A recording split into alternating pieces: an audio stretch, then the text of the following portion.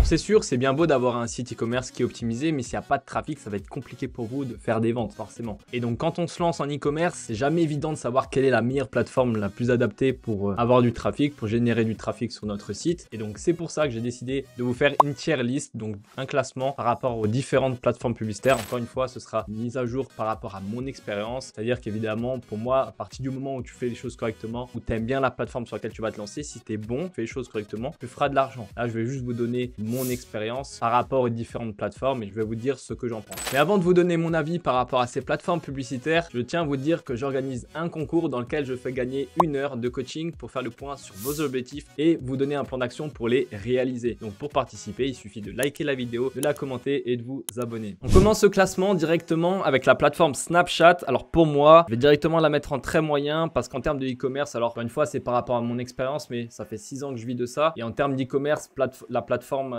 Snapchat, c'est vraiment pas intéressant. Pour moi, il y a des avantages à ce niveau-là, c'est qu'on va avoir un CPM qui est très faible sur Snapchat. Vous allez pouvoir toucher vraiment beaucoup de personnes pour un coût qui est très faible, mais pour le coup, ça ne convertit pas vraiment. Donc, je le mets en très moyen parce que pour moi, il y a beaucoup mieux à faire si vous vous lancez maintenant. Encore une fois, si vous êtes bon dans cette plateforme, vous pourrez faire de l'argent. Snapchat, vous pouvez faire énormément d'argent. Il y en a qui ont fait beaucoup d'argent, surtout entre 2018 et 2021. Moi, c'est pas du tout une plateforme avec laquelle j'ai vraiment adhéré. Donc, c'est pour ça que je la mets en très moyen parce que franchement, vous pouvez largement mieux faire avec d'autres plateformes. Donc, je vois pas l'intérêt aujourd'hui d'utiliser Snapchat, à moins qu'évidemment vous êtes une grosse entreprise, vous faites du multicanal, etc. Là, dans une stratégie multicanal, ça peut être intéressant. Mais si vous faites du dropshipping ou voilà, vous voulez vous lancer en utilisant une plateforme pour vraiment bien la maîtriser, je ne vous recommande pas de commencer avec Snap parce que pour moi, il y a mieux à faire pour le même genre de plateforme.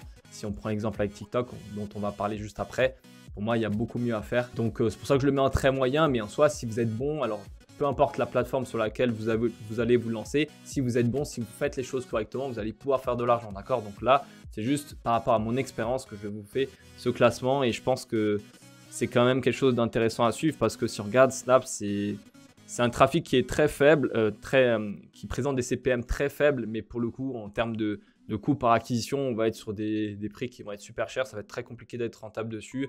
C'est du trafic qui est très jeune aussi à la base. Et même s'il y a des personnes qui ont plus de 30 ans, etc., donc un pouvoir d'achat assez intéressant, pour moi, il y a plus intéressant à faire. Donc, je le mets en très moyen. Après, voilà, là, on parle bien en termes d'e-commerce. Si vous faites d'autres choses, de l'affiliation, etc., ça peut être intéressant d'utiliser Snap. Mais pour du e-commerce, je suis pas hyper fan. Ensuite, on passe avec Google Ads. Alors moi, je préfère dans Google Ads, il y a plein de choses. Il y a la pub YouTube, il y a Google Shopping, il y a le search, etc. Mais grosso modo, Google Ads, je le mets directement dans le top. Pourquoi? Parce que c'est du trafic qui va être très qualifié. C'est-à-dire que les gens, ils cherchent votre produit. Donc, si vous mettez votre produit en avant correctement, vous avez de grandes chances de pouvoir faire des ventes. C'est sûr que vous n'allez pas vendre à tout le monde, mais pour le coup, si vous faites les choses correctement, sur Google, c'est très facile de faire de l'argent puisque vous n'avez pas besoin de faire des visuels publicitaires. Si vous vous lancez sur Google Shopping, le trafic il est très qualifié, vous payez au clic et pour moi, je le mets vraiment dans le top parce que c'est une grosse plateforme, c'est la plus vieille plateforme publicitaire et voilà, si vous faites les choses correctement, vous pouvez faire de l'argent. Il n'y a rien qui est approuvé avec Google. Voilà, ça fonctionne très bien encore en 2023, en 2024, en 2025. Ensuite, on a l'influence marketing. Alors, là, pour 2023 à 2024, je le mettrais dans OK. En fait, ça peut être bien même. On pourrait le mettre dans bien. Pourquoi je ne le mets pas plus haut? C'est que si on part du principe qu'on se lance sur le marché français, l'influence marketing avec tout ce qui s'est passé en termes de télé-réalité, tous les dramas, moi, je ne le recommande pas. Oui, on peut encore faire beaucoup d'argent, encore une fois, comme toutes les plateformes qui sont présentes ici. Si vous faites les choses correctement, si vous aimez cette plateforme dans laquelle vous vous lancez, vous pouvez faire de l'argent. Mais encore une fois, là, on est en train de comparer les différentes plateformes pour voir laquelle est la plus intéressante si vous souhaitez vous lancer maintenant. Et après, vous pouvez faire votre décision. Mais pour moi, l'influence marketing, c'est de plus en plus compliqué parce que les gens ont de moins en moins confiance. Après, si vous choisissez des influenceurs avec une bonne communauté qui a confiance, etc., il y a de belles choses à faire. Même par exemple, là, si on regarde des influenceurs autres que la télé-réalité, par exemple, là, on parle beaucoup de Cédric Doumbé dans le domaine du MMA. Là, pour le coup, il y a des choses à faire hyper intéressantes. Avec la marque Emma Matelas, ce qu'ils ont fait, l'opération, c'était super intéressant. Après, il n'y a pas que ça, il y a d'autres choses. Il faut vraiment être créatif. C'est pour ça que je vous dis que si vous êtes bon dans votre plateforme, si vous faites les choses correctement, vous pouvez faire de l'argent. Après, c'est juste que pour moi, l'influence marketing, il y a clairement il y a quand même mieux, c'est ok si vous faites les choses correctement, vous pouvez même payer les influenceurs à la commission s'ils sont pas trop gros. Donc il y a quand même des deals intéressants à faire. Mais si maintenant on m'avait demandé en 2017, en 2018, je l'aurais mis directement dans le top parce que c'est juste la folie au niveau de cette plateforme. Enfin, c'est pas une plateforme, c'est plutôt une manière d'acquérir du trafic, puisque l'influence marketing, on peut le faire sur Snap, sur Insta, etc. Mais voilà, en gros, c'est la manière de ramener du trafic avec l'influence marketing qu'on va ici noter.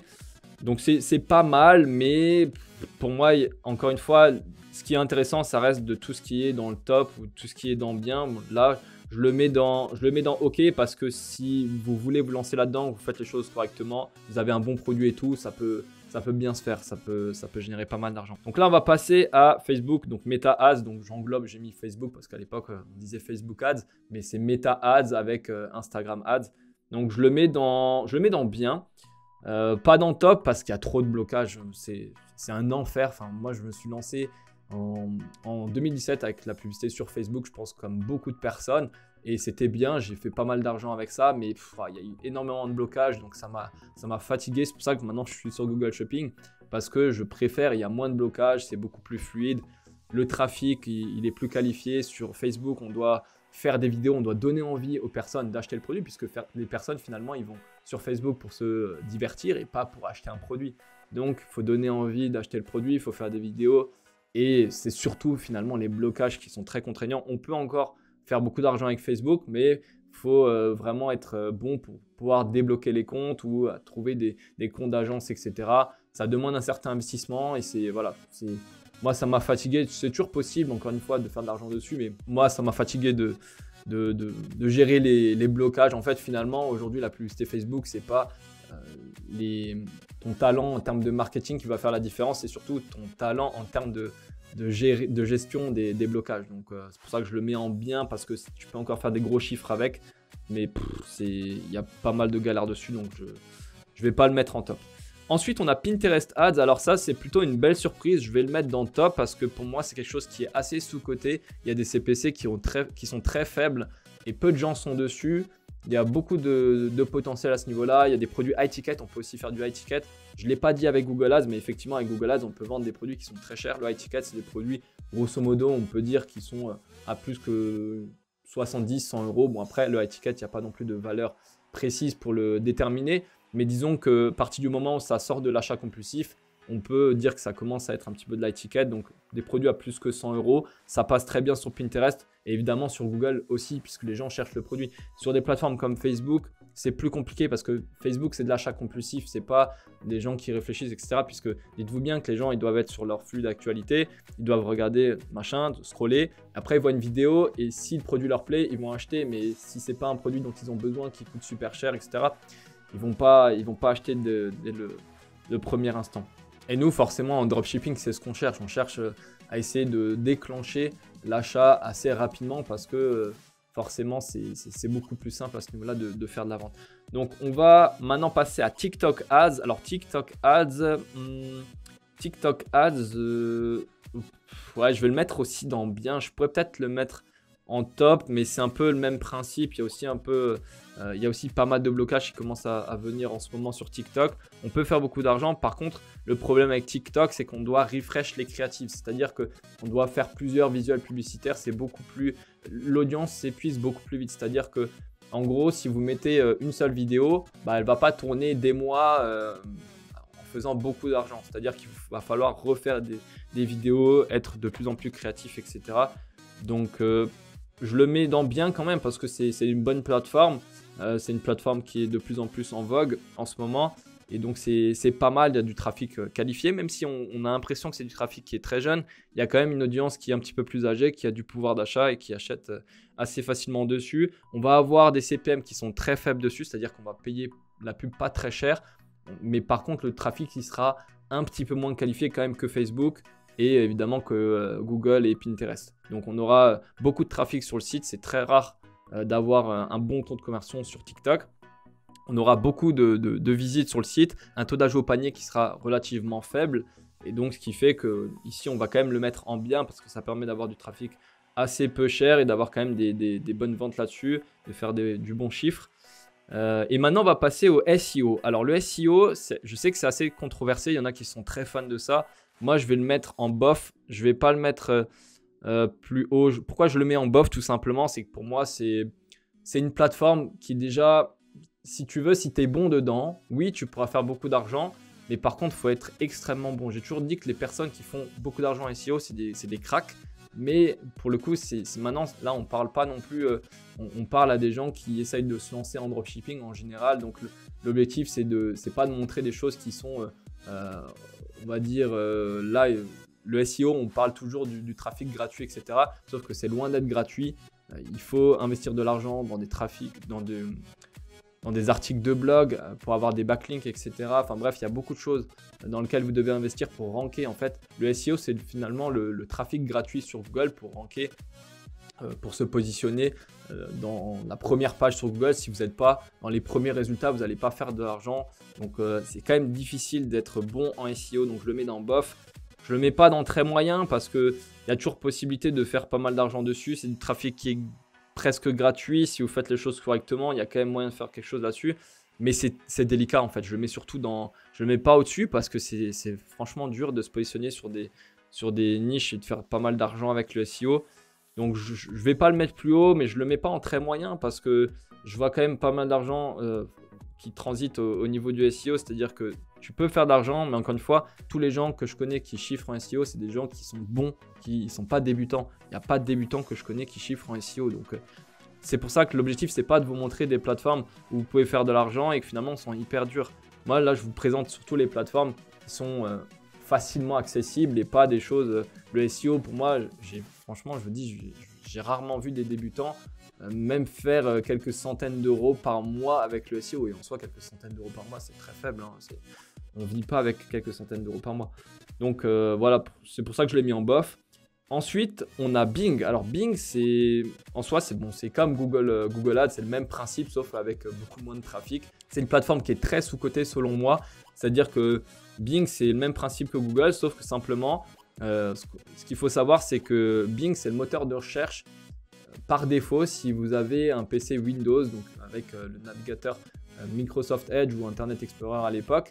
Donc, ce qui est intéressant avec ça, c'est que, par exemple, imaginez que les personnes qui sont un petit peu moins jeunes, donc les personnes qui ont plus de 40 ans, elles ne vont pas forcément avoir le réflexe de télécharger Chrome ou d'aller sur d'autres navigateurs. Donc, en fait, ce qu'ils vont faire, c'est qu'ils vont taper leur recherche directement sur Bing et forcément, s'ils ont des produits intéressants, pour le coup, ils peuvent aussi acheter. Ils ont un bon pouvoir d'achat. C'est ça aussi qu'il faut savoir, c'est que il y a les personnes qui sont sur Bing, ce sont des personnes très qualifiées qui ont un gros pouvoir d'achat. Donc pour moi, je le mets quand même dans le top parce que c'est un moteur de recherche, c'est une plateforme qui est très sous-cotée. Le coût de la pub est très faible. Certes, il y a un trafic qui est faible, on est d'accord. C'est pas grave si vous avez un trafic qui est faible, tant que vous êtes rentable et que c'est pas trop long à mettre en place. Pour moi, c'est hyper intéressant. Il faut toujours voir en termes de rentabilité et le temps investi. C'est pas une question d'argent en soi, enfin, un petit peu, mais disons que vu que le coût de la pub est très faible, il y a un bon pouvoir d'achat concernant les personnes qui sont sur cette plateforme. Il y a une concurrence qui est assez faible, il y a quelques personnes qui sont dessus, mais ça reste quand même quelque chose d'intéressant. Et pour le coup, ce qui est bien, c'est que si vous faites de l'argent avec Google Shopping, vous pouvez directement importer vos campagnes sur Bing. Donc finalement, l'installation, elle se fait en quelques heures, le temps de mettre les outils de tracking, etc. Pour bien faire remonter les ventes à Bing tout simplement, pour qu'ils puissent optimiser les ventes.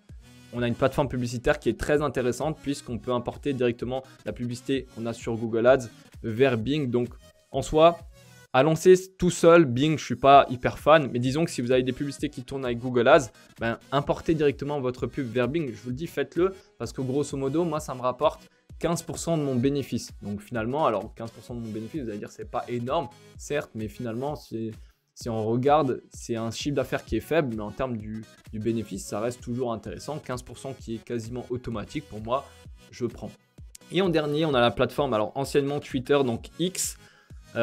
Moi, je vais le mettre dans très moyen. Alors là, c'est pas parce que j'ai eu des mauvaises expériences dessus, c'est que tout simplement, j'ai pas testé, je connais pas trop. Alors, encore une fois, c'est par rapport à mon expérience, je vois qu'il y a peu de gens qui sont dessus. Ça pourrait peut-être se tester, mais encore une fois, là, vous avez d'autres plateformes qui sont beaucoup plus intéressantes selon moi. Donc, est-ce que c'est pertinent maintenant de vouloir tester X, la publicité sur X? Je ne pense pas.